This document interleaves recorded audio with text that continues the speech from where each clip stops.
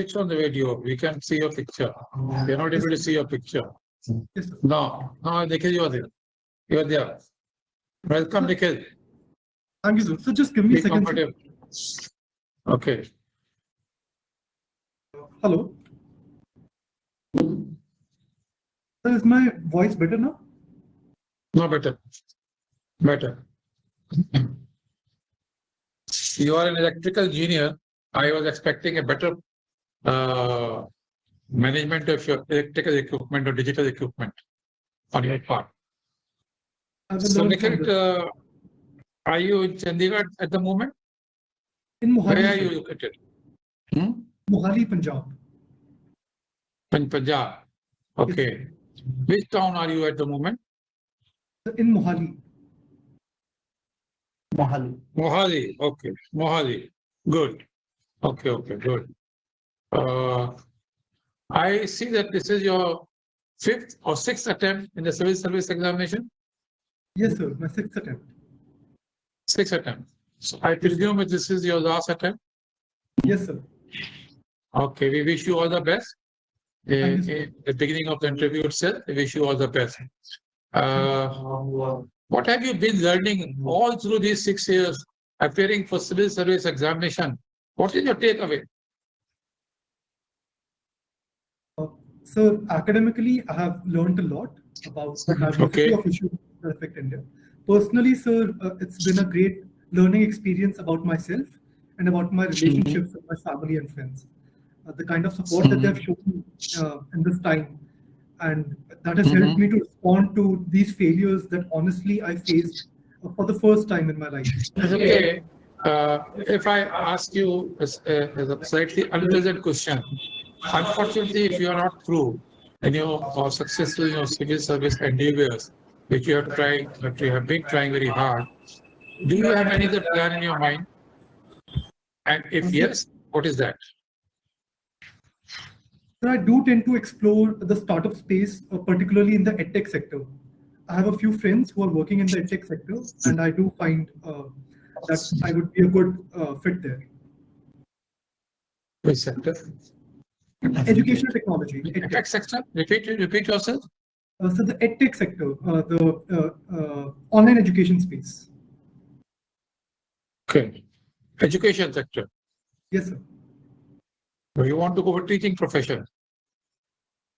So not exactly. The digital education space, in that I would like to create products that would help students who are doing online learning do better. Online learning. Online learning.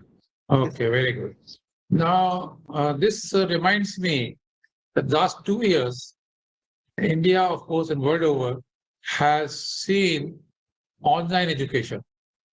Say that from classroom education to home education, particularly for school children and for higher education also.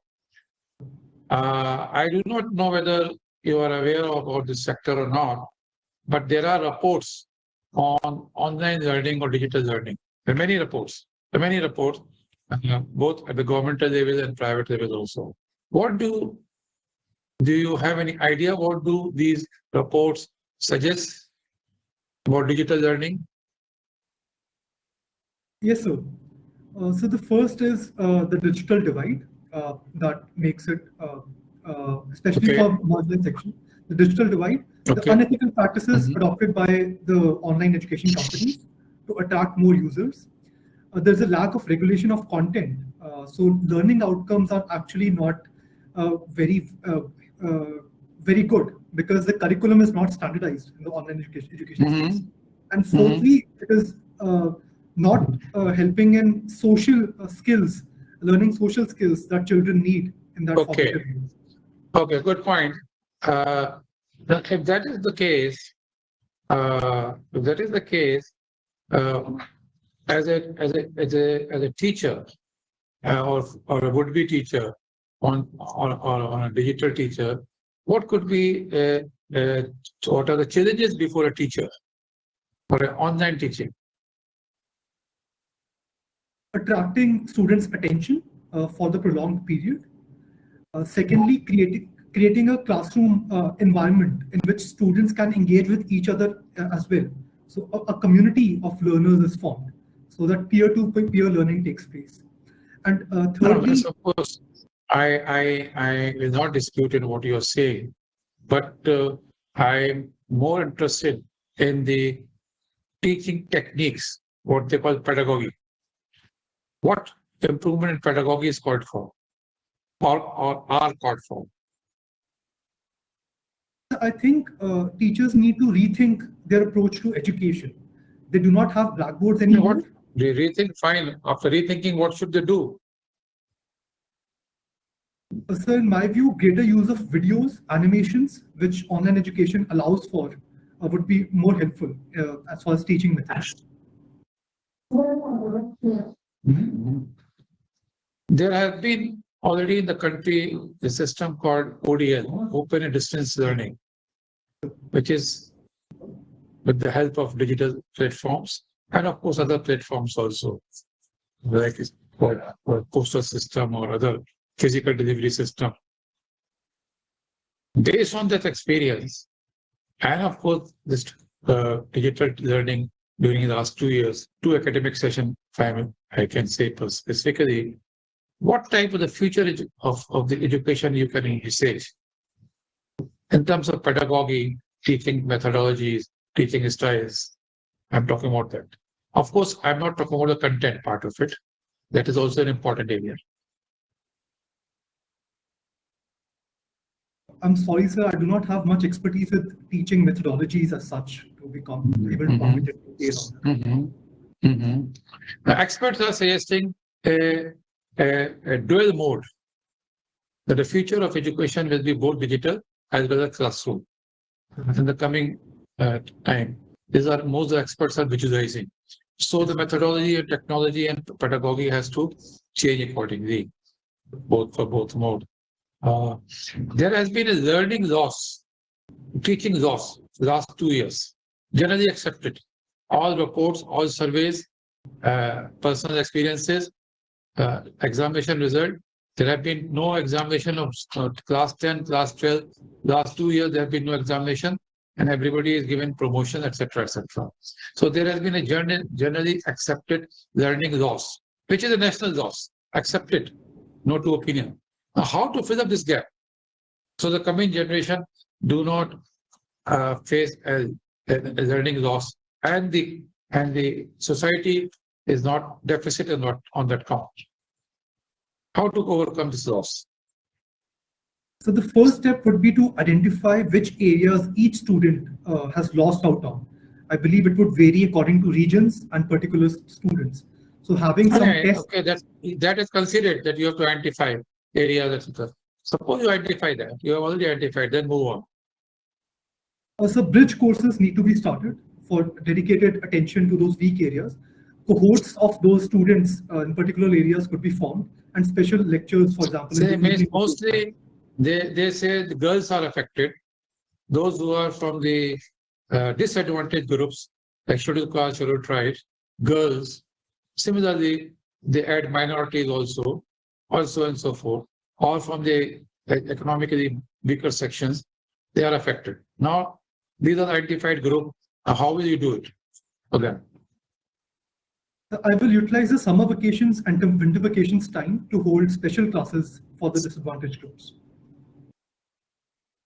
Okay. Don't you think there is a need for restructuring of syllabus and teaching methodologies? So for this particular learning loss, I believe it's a one-off event. And first we should take a restructuring teaching methodologies will take much longer. Okay, I got your point. Thank you, Nikhil. I pass it to my colleague, Mr. Chaprakash.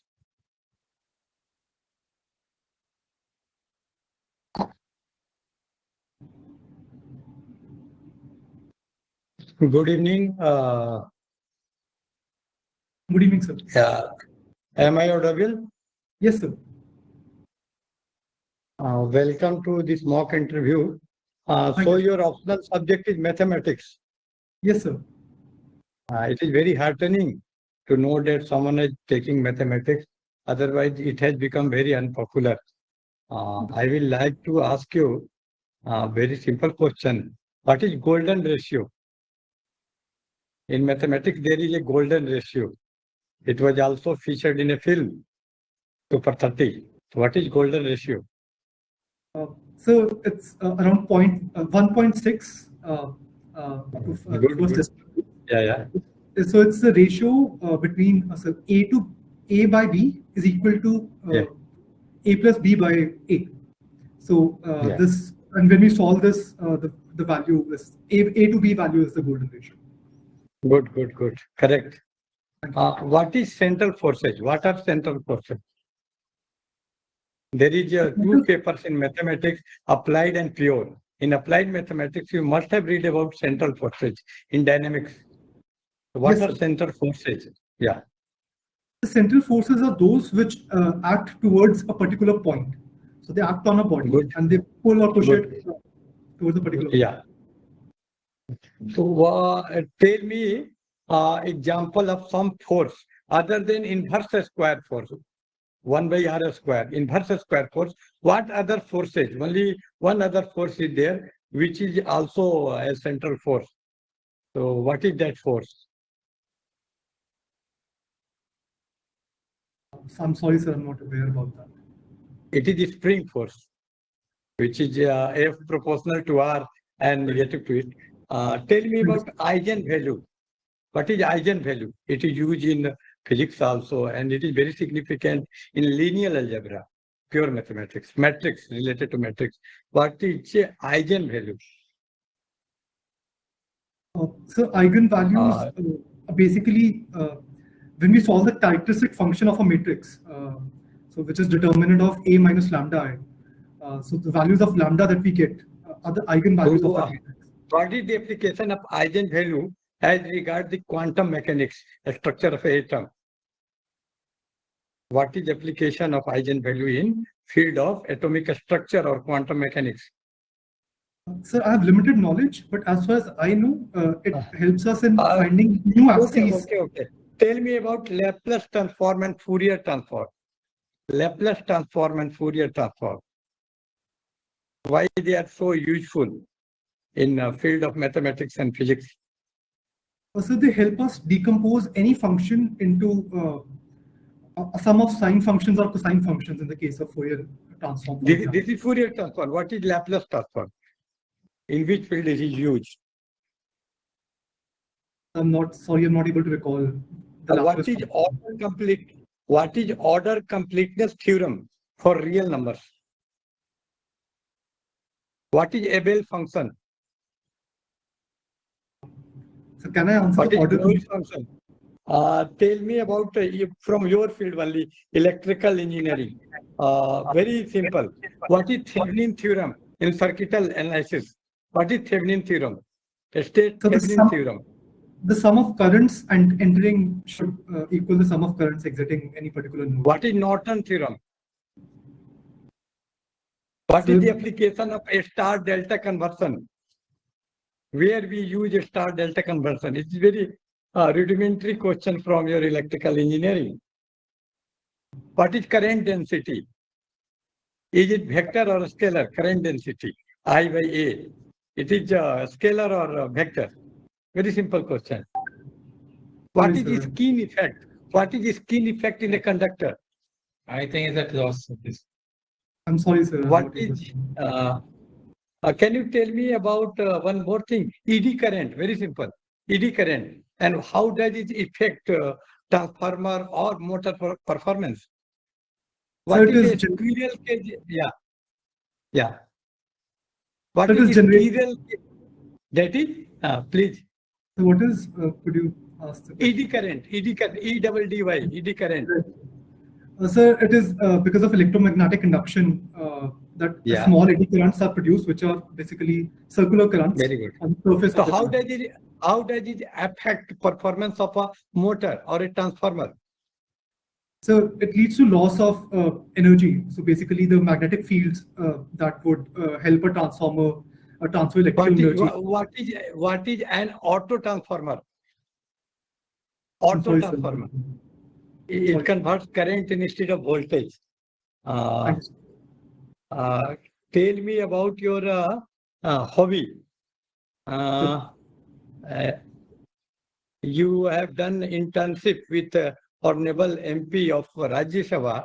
So what Yes, do you learn about? What is the difference? What is the difference between Lok Sabha and Rajya Sabha? the Rajya Sabha is a permanent house and it consists of representatives of states. Generally Lok Sabha has got more power. Like there is only one power which belongs to only Rajya Sabha. Lok Sabha doesn't have it. What is that exclusive power Rajya Sabha has?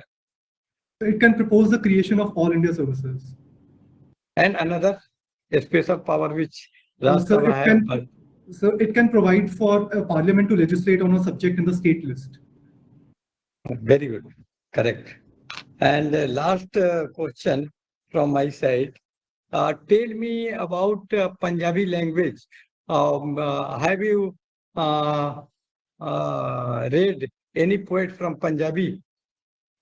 Yes, sir. In school time, I specifically remember Professor Mohan Singh's poems. So what is the main theme of the Mohan Singh poems? So the poem that affected me very deeply was about patriotism, what patriotism means in Punjab. So in the poem, it's a soldier who is going to the battlefield, but his family is crying because they worry for his life. And the soldier says to his family that I do not care for this youth. If in spite of this youth, some enemy comes and conquers my land, my homeland. So that poem resonates with me. Thank you. Thank you, my dear friend. Bajpai Sahib will interact with you. You can ask one or two few questions. Good evening, Nikhil. Good evening, sir. Recently, it has been observed that many civil servants either they resigned or they retired, and after that they contested in election, and they won in election. So this, in your opinion, is it correct for the democracy or not? I believe the experience that the civil servants brings would be useful as political leaders as well. However, immediately joining politics after resigning or retiring does lead to a negative perception in the public about the fairness of the bureaucracy, political neutrality of bureaucracy. So a cooling off period should be observed by those concerned before jumping into politics. In mathematics, generally we use a term point. Suppose this is a point. Can you define the term point?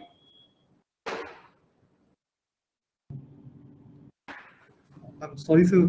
Could you please repeat the question? In mathematics, we use the term that suppose A is a point, B is a point, the distance between A and B. So can you define that term point? No, sir. I'm sorry. I don't have any definition. Okay. I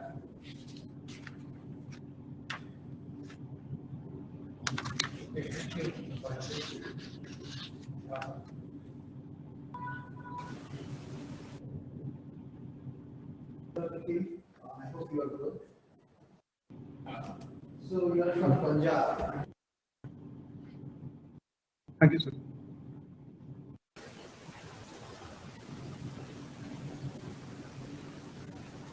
Sir, I'm sorry you're not audible, sir. Vijendra, sir?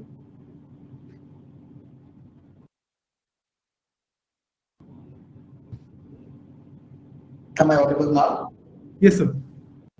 Yeah, you are from Punjab, and there is one movement called Ravidasi movement. Have you heard of Ravidasi movement? Or Yes, sir. Ravidasi sect in Punjab? Yes. What is that? Sir, it's a sect predominantly consisting of scheduled castes individuals in the Doaba region of Punjab. What is Punjab sacrilege law? I'm sorry, sir, I couldn't get you. Have you heard about Punjab sacrilege law? So there was an amendment made in which I believe the issues of sacrilege were to be given life imprisonment if it was to be proved. Yeah, there is a Madhhabi Sikh.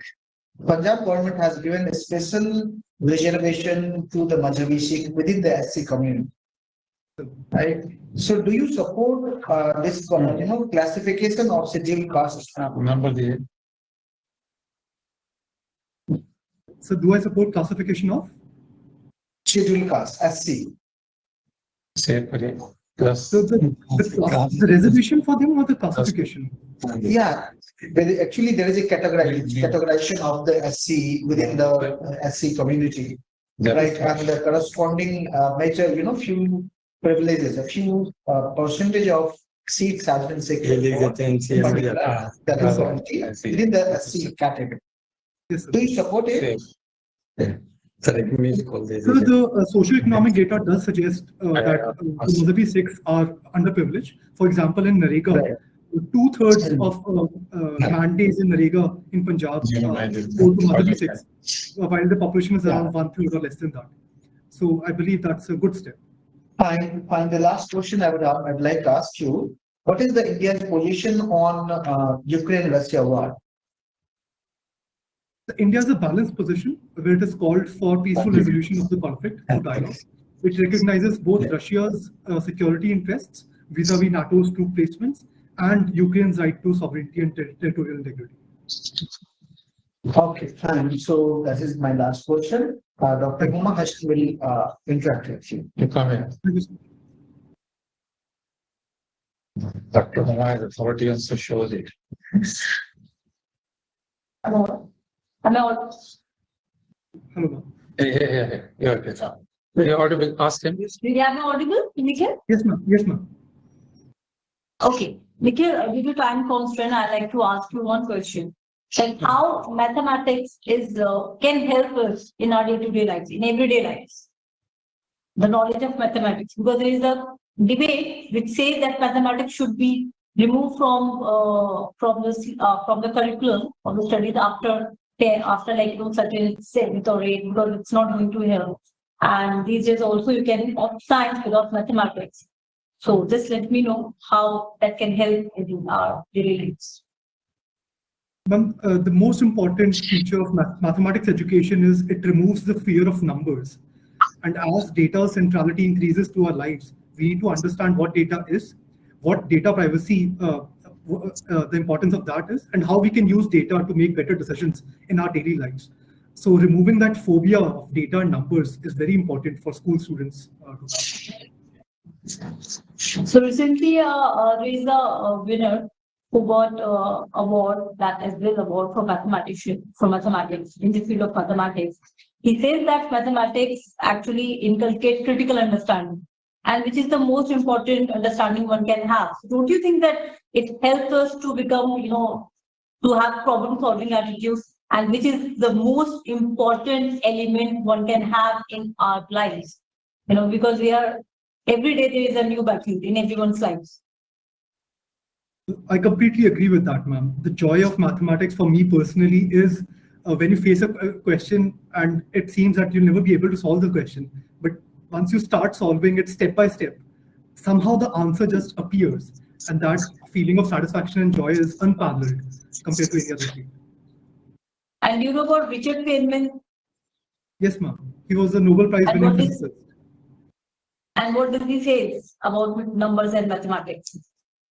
Don't you think that he also says the same thing which you were saying, that if the problem is there and when you start solving it, the solution also comes, right? So mathematics actually, according to me, that it teaches us to be a winner in life. It tells us that how difficult the problem is, but we can always have a solution towards it. So all we have to take one step. And then there are different formulas, and so life also teaches like that. Absolutely, I agree think. with you. Okay. All right. Thank you. Thanks. You can sum it up. You can on behalf of all of us. Okay. So can I complete that form? No, it's okay. So I think we all are pretty satisfied with your performance, Nikhil. You have almost answered every question with good confidence, and your personality is also pleasant. You speak really well. At times I thought that you went here and there, you got little different set to give your answer. Otherwise, all is fine with you. Thank you, ma'am. You got good understanding of your subject, right? You smile and you interact really well. That is, I think you will make it. You have good understanding over, all the matters which have been asked to you. And moreover, I mean, the questions which you do not have, which you do not know the answer, you can simply say that I do not know, I'll get back, I'll read about it. So something like that you can always say. Yes, And you can convince her.